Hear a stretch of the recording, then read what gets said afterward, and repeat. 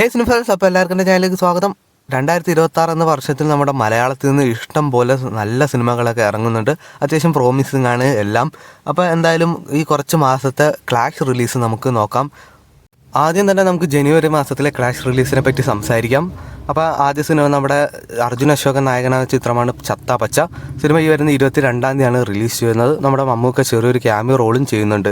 അപ്പോൾ സിനിമയുടെ കഥ എന്ന് വെച്ചാൽ ഒരു WWE ഒരു കൊച്ചിയിൽ നടക്കുന്ന ഒരു ചെറിയ അങ്ങനത്തെ ഒരു ലോക്കൽ ഇഡി സെറ്റപ്പ് പരിപാടിയൊക്കെയാണ്. അപ്പോൾ എന്തായാലും സിനിമ നല്ലൊരു പ്രോമിസിങ് ആണ്. അപ്പോൾ സിനിമ ഈ വരുന്ന 22-ാം തീയതിയാണ് റിലീസ് ചെയ്യുന്നത്. ചത്ത പച്ച എന്ന സിനിമയ്ക്ക് ശേഷം, അതായത് 22-ന് ശേഷം 23-ാം തീയതി തന്നെ നമ്മുടെ നിവിൻ പോളിയുടെ ബേബി ഗേൾ എന്ന ചിത്രം റിലീസ് ചെയ്യുന്നതായിരിക്കും. നമ്മുടെ അഭിമന്യു തിലകനുണ്ട്, സന്ദീപ് ഉണ്ട്. അപ്പോൾ ഇത്രയും അത്യാവശ്യം നല്ലൊരു കാസ്റ്റിംഗ് തന്നെയാണ്. അപ്പോൾ ഇതുപോലെ പ്ലോട്ടൊന്നും കൃത്യമായിട്ട് അറിയില്ല. അപ്പോൾ ഈ സിനിമയും ക്ലാഷാണ്. അപ്പോൾ ഈ രണ്ട് സിനിമയാണ് ജനുവരി മാസം ക്ലാഷിനുള്ളത്.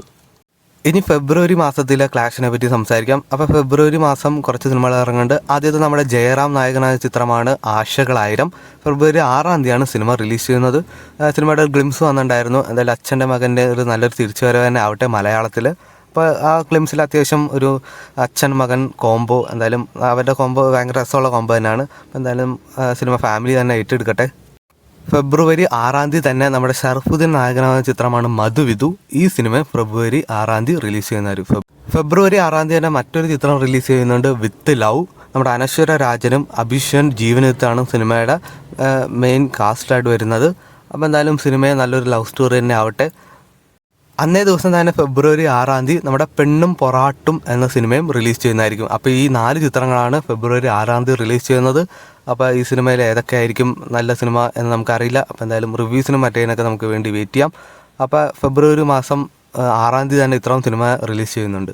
ഫെബ്രുവരി മാസത്തിൽ നമ്മുടെ മലയാള സിനിമകൾ ഇത്രയാണ് റിലീസ് ചെയ്യുന്നത്. ഇനി തമിഴ് സിനിമകളിൽ ഇപ്പം നിലവിൽ വന്നത് നമ്മുടെ കറുപ്പ് എന്ന സിനിമ റിലീസ് ഡേറ്റ് തീരുമാനിച്ചിട്ടുള്ള ഫെബ്രുവരി തന്നെ ആയിരിക്കും എന്നാണ് അവർ പറയുന്നത്.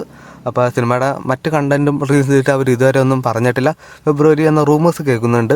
അങ്ങനെ ആണെങ്കിൽ ഫെബ്രുവരി ഒരു മിഡും ലാസ്റ്റ് ആകുമ്പോൾ റിലീസ് ചെയ്യും. പിന്നെ നമ്മുടെ ജനനായകൻ എന്ന സിനിമയും റിലീസ് ചെയ്യുന്നു അവർ പറയുന്നുണ്ട്. ഉറപ്പൊന്നുമില്ല, കാരണം ജനുവരി മാസം ഇനി റിലീസ് ചെയ്യാൻ യാതൊരു ചാൻസ് ഇല്ല.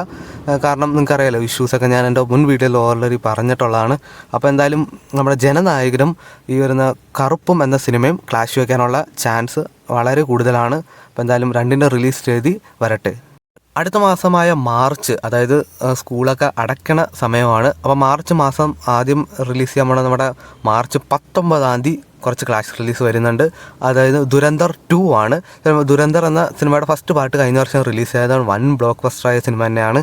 അപ്പോൾ സിനിമയുടെ സെക്കൻഡ് പാർട്ട് ഇറങ്ങുമ്പോൾ അതിനകത്ത് നല്ല ഹൈപ്പും ഒക്കെ ഉണ്ട്.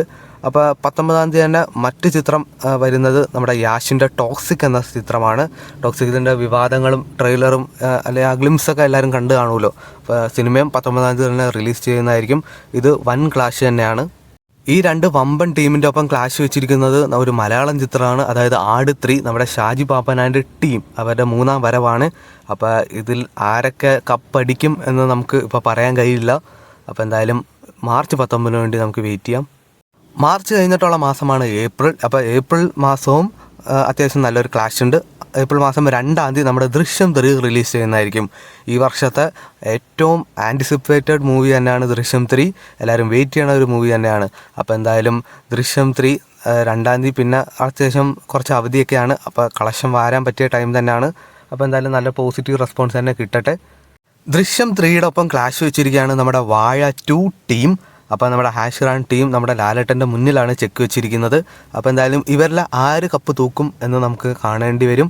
കാരണം ലാലേട്ടൻ തന്നെ തൂക്കട്ടെ, വാഴ 2 നല്ലൊരു സിനിമ തന്നെ ആവട്ടെ. അപ്പോൾ രണ്ടുപേരും ഒരേ ഡേറ്റിൽ തന്നെയാണ് റിലീസ് ചെയ്യുന്നത്. ഇനി റിലീസ് ഡേറ്റിന് മാറ്റം ഉണ്ടാവുമെന്നൊന്നും നമുക്കറിയില്ല.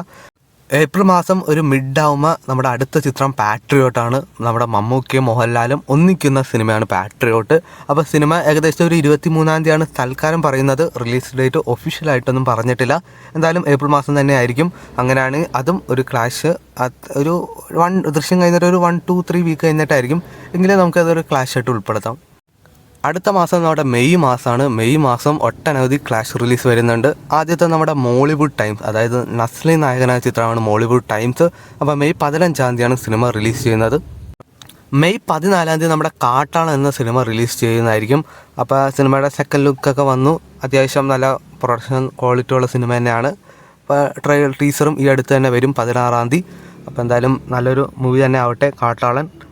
മെയ് 15 റിലീസ് ചെയ്യുന്നതായിരിക്കും നമ്മുടെ ടൊവിനോ തോമസ്, പിന്നെ ബേസിൽ ജോസഫ്, വിനീത് ശ്രീനിവാസൻ ഒരുമിച്ച് അഭിനയിക്കുന്ന ചിത്രമാണ് അതിരടി. അപ്പോൾ സിനിമയും ഈ ക്ലാഷിൽ ഉൾപ്പെടുന്നതായിരിക്കും. അതായത് മെയ് 14, 15 തീയതി ഈ 3 സിനിമകളാണ് ക്ലാഷിനെത്തുന്നത്. അപ്പോൾ ആരാണ് വിന്നർ എന്ന് നിങ്ങൾ ജസ്റ്റ് ഒന്ന് കമൻറ്റ് ചെയ്യുക. ഇനി ക്ലാഷ് വരുന്നത് നമ്മുടെ ഓണത്തിനാണ്. ഓണത്തിന് വൻ ക്ലാഷ് പരിപാടിയാണ്. ആദ്യ സിനിമ നമ്മുടെ അയാം ഗെയിമാണ്. സിനിമ ഓണത്തിന് അങ്ങനെ ക്ലാഷ് വെച്ചിരിക്കുകയാണ്. ഓണത്തിന് വരുന്ന നമ്മുടെ ദുൽഖറിൻ്റെ ഒരു മോസ്റ്റ് അവൈറ്റഡ് മൂവി തന്നെയാണ് അയാം ഗെയിം. അപ്പോൾ എന്തായാലും അയാം ഗെയിം നല്ല തകർപ്പൻ സിനിമ തന്നെ ആവട്ടെ.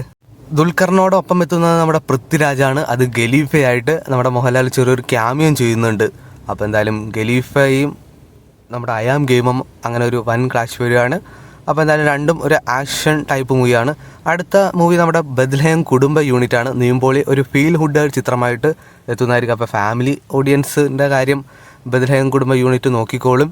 പിന്നെ നമ്മുടെ യൂത്തിൻ്റെ കാര്യം അയാം ഗെയിമും നമ്മുടെ ഖലീഫ സിനിമയിൽ നോക്കിക്കോളും. പിന്നെ നമ്മുടെ മോഹൻലാലിൻ്റെ വിസ്മയ മോഹൻലാൽ അഭിനയിക്കുന്ന സിനിമയാണ് തുടക്കം.